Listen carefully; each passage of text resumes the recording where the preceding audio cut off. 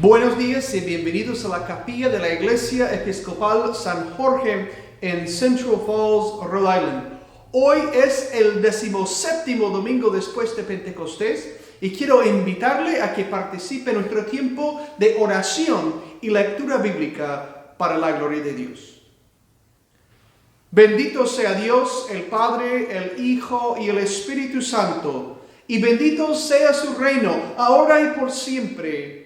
Amén. Jesús dijo, el primer mandamiento es este: escucha, Israel, el Señor nuestro Dios es el único Señor. Amarás al Señor tu Dios con todo tu corazón, con toda tu alma, con toda tu mente y con todas tus fuerzas. El segundo es este: amarás a tu prójimo como a ti mismo. No hay otro mandamiento mayor que estos. Confesemos nuestros pecados contra Dios y contra nuestro prójimo. Dios de misericordia, confesamos que hemos pecado contra ti por pensamiento, palabra y obra, por lo que hemos hecho y lo que hemos dejado de hacer. No te hemos amado con todo el corazón, no hemos amado a nuestro prójimo como a nosotros mismos. Sincera y humildemente nos arrepentimos. Por amor de tu Hijo Jesucristo, ten piedad de nosotros y perdónanos. Así tu voluntad será nuestra alegría y andaremos por tus caminos, para gloria de tu nombre. Amén. Dios omnipotente, tenga misericordia de nosotros. Perdone todos nuestros pecados por Jesucristo nuestro Señor. Nos fortalezca en toda bondad y por el poder del Espíritu Santo nos conserve en la vida eterna. Amén. Señor, ten piedad. Cristo, ten piedad. Señor, ten piedad. El Señor sea con ustedes y con tu espíritu. Oremos. Concede, oh Señor, que no nos afanemos por las cosas terrenales, sino que amemos las celestiales. A una hora que estamos inmersos en cosas transitorias, haz que anhelemos lo que permanece para siempre. Por Jesucristo nuestro Señor, que vive y reina contigo y el Espíritu Santo, un solo Dios, por los siglos de los siglos. Amén. El Santo Evangelio de nuestro Señor Jesucristo, según San Marcos. Gloria a ti, Cristo Señor. Jesús y sus discípulos pasaron por Galilea, pero Jesús no quiso que nadie lo supiera, porque estaba enseñando a sus discípulos. Les decía, el Hijo del Hombre va a ser entregado en manos de los hombres, y lo matarán, pero 3 días después resucitará.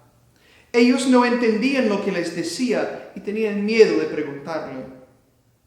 Llegaron a la ciudad de Capernaum.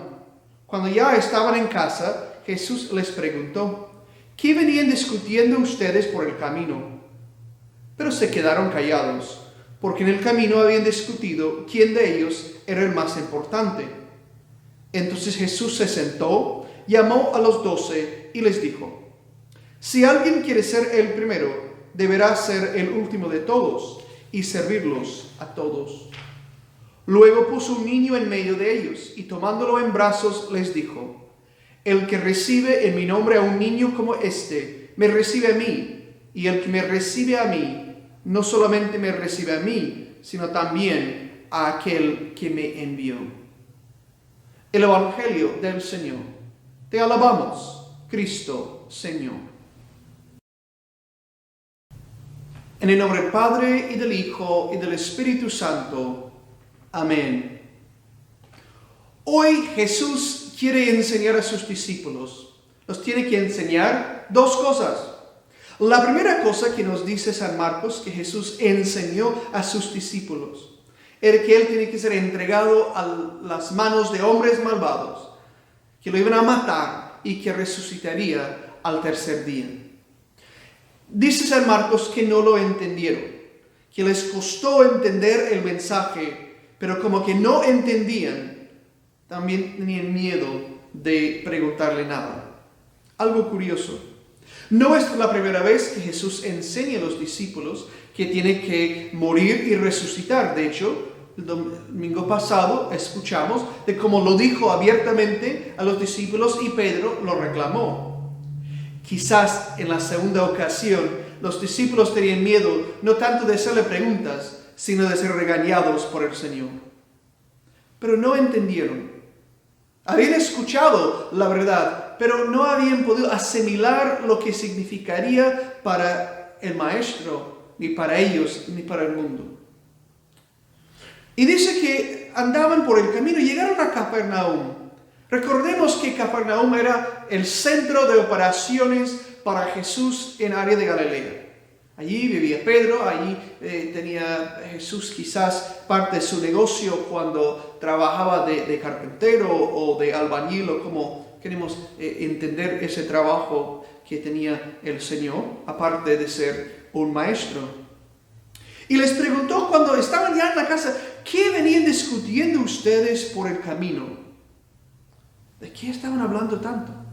Estaban hablando entre sí, como que tratando de esconderlo de Jesús. Pero dice que todos se quedaron callados. Les dio pena explicar qué estaban discutiendo. ¿Por qué? Porque sabían que lo que estaban discutiendo era algo bien pueril, bien infantil. Estaban preguntándose, estaban discutiendo quién era el más importante de ellos. Me imagino que Pedro, a quien Jesús le había dicho, pues tú eres Pedro y sobre esa piedra voy a construir mi iglesia, estaban pensando, pues yo soy el importante, soy como el vocero de los 12. Quizás Juan y Santiago, que eran entre los primeros en responder al llamado, o Andrés incluso, que iban a decir, no, nosotros estuvimos desde el principio, fuimos los primeros que Jesús llamó para servirlo, por eso somos los importantes. No nos dice el evangelista, pero podemos suponer que fue más o menos así. Entonces Jesús dice, Marcos, que Jesús se sentó, los llamó y comenzó a explicarles el segundo punto. Tomemos nota. Para los rabinos y para la época de Jesús, el maestro, el que va a enseñar con autoridad, se siente, ¿no? Se sienta. Tiene que sentarse para enseñar. Por eso que la cátedra de un obispo es una silla. Y todavía en las iglesias del oriente, el obispo cuando predica no lo hace parado, sino lo hace sentado. El maestro tiene que sentarse en su cátedra. Jesús se sentó y los llamó y les dijo, si alguien quiere ser el primero, deberá ser el último de todos y servirlos a todos. Para los discípulos eso fue un mensaje chocante. Para la cultura de esa época, para la cultura prácticamente de todas las épocas, las personas más importantes son los primeros en llegar. Son los primeros en ser atendidos, son los primeros en ser servidos. Todo el mundo quiere adular al líder, todo el mundo quiere servir al líder, pero el líder pues no puede hacer nada. Jesús dice que debe ser todo lo contrario. El líder, el más importante, tiene que ser el último de todos. No el último en llegar quizás, pero el último en ser servido, el último en comer, el último en tomar el descanso. El líder tiene que estar dispuesto a servirlos a todos. La grandeza no se vive con el dinero, con la autoridad, con el poder. La grandeza se vive en el servicio. Ese es el mensaje de Jesús. Ese fue el segundo punto que enseñó a sus discípulos en esa ocasión. Habrá sido extraño, pero ese mensaje fue tan importante para Jesús que lo repitió varias veces. Podemos pensar en la última cena, cuando lavó los pies de los discípulos y les dijo, yo he hecho eso para que ustedes tomen el ejemplo que les doy, de que yo soy su maestro, su Señor, y yo les lavo los pies para que entiendan que al servir serán más dichosos, serán más felices.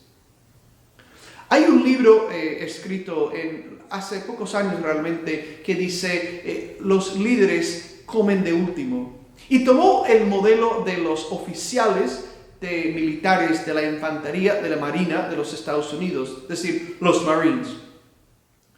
Y la cultura de liderazgo en los Marines es que entre más alto el rango del oficial, entre más poder y mando tenga, más tarde tiene que comer. Porque entienden ellos que el líder es quien tiene que cuidar de los demás, es quien tiene que averiguar que los demás estén bien, es quien tiene que servir a los demás y pone sus intereses personales de último. Más o menos, la cultura de los Marines, si no es por otra cosa, en eso ha entendido el mensaje de Jesús. No sé, ¿lo hemos entendido nosotros? No sé. Creo que Jesús nos llama aquí en San Jorge y en todas las comunidades cristianas a tratar de vivir esta enseñanza. Que nuestros líderes sean los que más sirven. Y si alguien quiere ser grande, que sirva a los demás. A veces queremos figurar, queremos vernos muy guapos, muy bonitos, muy importantes. Pero la importancia no viene con los títulos, no viene con que nos miren todos. La importancia, la verdadera grandeza viene cuando estamos dispuestos a servir a los demás por el amor al Señor. Finalmente, hubo una tercera enseñanza en la lectura bíblica de hoy. Dice que Jesús puso un niño en medio de los discípulos para enseñarles sobre la verdadera grandeza. Y luego lo tomó en brazos y le dijo: el que recibe en mi nombre un niño como este, me recibe a mí. Y el que me recibe a mí, no solamente a mí me recibe, sino también a aquel que me envió. En la cultura antigua, los niños no eran realmente muy apreciados. Claro, me imagino que la gente se sintió mucho gozo a tener un hijo, a tener un niño. Pero en las culturas antiguas, el niño y el esclavo estaban muchas veces en el mismo nivel. Se podía hacer lo que quisiera con ambos, se podía matar si era necesario, se podía, o era conveniente, no necesario. Y no se preguntaba qué querían los niños ni qué querían los esclavos. Pero Jesús aprecia, valora a la vida del niño. Dice: quien recibe a un niño por mí, me recibe a mí. Y quien me recibe, recibe al Padre. Cuando valoramos a las personas que quizás para nuestra sociedad no tienen importancia, estamos recibiendo a Jesús mismo. Y al recibir a Jesús, estamos recibiendo al que lo envió. Es decir, en el rostro de los marginados, de los niños, de los que no llaman la atención de nadie, podemos ver el rostro de Jesús, la cara de Dios. En la tradición de nuestra iglesia, ese ha sido también uno de los textos para entender el bautismo de los niños. Los niños vienen a nosotros porque son don de Dios, y al recibirlos en el reino de Dios, en la familia de Dios, estamos recibiendo también a la presencia de nuestro Señor. Porque ellos también son creados a imagen y semejanza de Dios. No solo por ser pequeños son menos valiosos, porque no lo son. Nosotros tenemos que aprender, por lo tanto, esas cosas. 3. Primero, Jesús vino para sufrir en nuestro lugar y resucitar a la vida. Un misterio incomprensible si no tenemos fe y no hemos ido caminando con el Señor. Segundo, que si queremos ser grandes, tenemos que servir.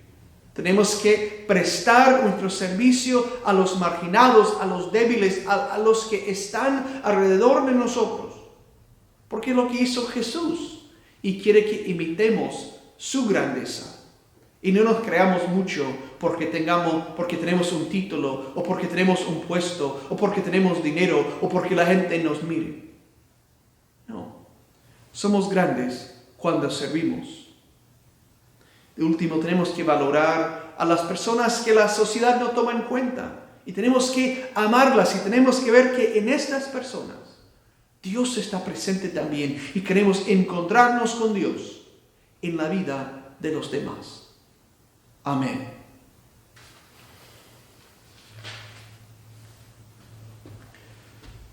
Continuamos con el credo niceno. Creemos en un solo Dios, Padre Todopoderoso, Creador de cielo y tierra, de todo lo visible e invisible. Creemos en un solo Señor Jesucristo, Hijo único de Dios, nacido del Padre antes de todos los siglos, Dios de Dios, luz de luz, Dios verdadero de Dios verdadero, engendrado, no creado, de la misma naturaleza que el Padre, por quien todo fue hecho, que por nosotros y por nuestra salvación bajo del cielo, por obra del Espíritu Santo, se encarnó María la Virgen y se hizo hombre. Por nuestra causa fue crucificado en tiempos de Poncio Pilato. Padeció y fue sepultado. Resucitó al tercer día, según las Escrituras, subió al cielo y está sentado a la derecha del Padre. De nuevo vendrá con gloria para juzgar a vivos y muertos, y su reino no tendrá fin. Creemos en el Espíritu Santo, Señor y dador de vida, que procede del Padre y del Hijo, que con el Padre y el Hijo recibe una misma adoración y gloria, y que habla por los profetas. Creemos en la Iglesia, que es una, santa, católica y apostólica. Reconocemos un solo bautismo para el perdón de los pecados. Esperamos la resurrección de los muertos y la vida del mundo futuro. Amén. La respuesta a cada petición de la oración de los fieles es: te rogamos, Señor. Señor, te pedimos por tu Santa Iglesia Universal, por todos sus miembros, por los obispos, presbíteros y diáconos, y por la misión de evangelizar el mundo con las buenas noticias de tu amor para todos. Te rogamos, Señor. Oramos por esta nación y por las autoridades, para que Dios los ilumine y nos lleve a tomar decisiones sabias para el bienestar de este y de todos los pueblos. Te rogamos, Señor. Oramos a ti, Señor, por el bienestar del mundo entero, por todos los pueblos, especialmente los que están más divididos, más débiles, más enfermos o con más problemas, para que los libres de desastres, de corrupción, y que hagas que de todos los pueblos del mundo se forme un solo reino tuyo bajo el mando de tu Cristo. Te rogamos, Señor. Pedimos, Señor, por los intereses de esta comunidad, por todos los programas de ayuda a los marginados y necesitados, por el avivamiento de tu Espíritu Santo en esta congregación y en las congregaciones que forman nuestra comunidad, para que en este sitio, en esta comunidad, te hagas presente y que todos veamos y sepamos que tú eres el Señor. Te rogamos, Señor. Pedimos al Señor por los que sufren, por los atribulados, por los enfermos, por los que están tristes, por los dolientes, por todas las personas con cualquier necesidad de Dios, para que tú suples esta necesidad, para que te lo suplas y para que en todo tengamos lo que necesitamos de ti. Te rogamos, Señor.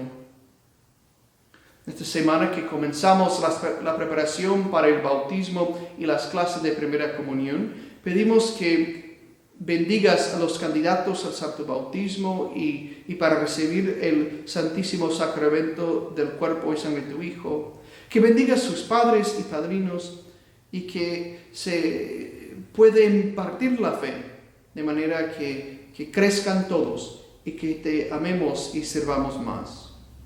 Te rogamos, Señor. Y pedimos por todos los difuntos, para que descansen en paz y para que al día final nos encontremos con todos tus santos en tu reino eterno. Te rogamos, Señor. Oremos como nuestro Salvador Cristo nos enseñó. Padre nuestro que estás en el cielo, santificado sea tu nombre, venga tu reino, hágase tu voluntad en la tierra como en el cielo. danos nuestro pan de cada día. Perdona nuestras ofensas como también nosotros perdonamos a los que nos ofenden. No nos dejes caer en tentación y líbranos del mal, porque tuyo es el reino, tuyo es el poder y tuya es la gloria, ahora y por siempre.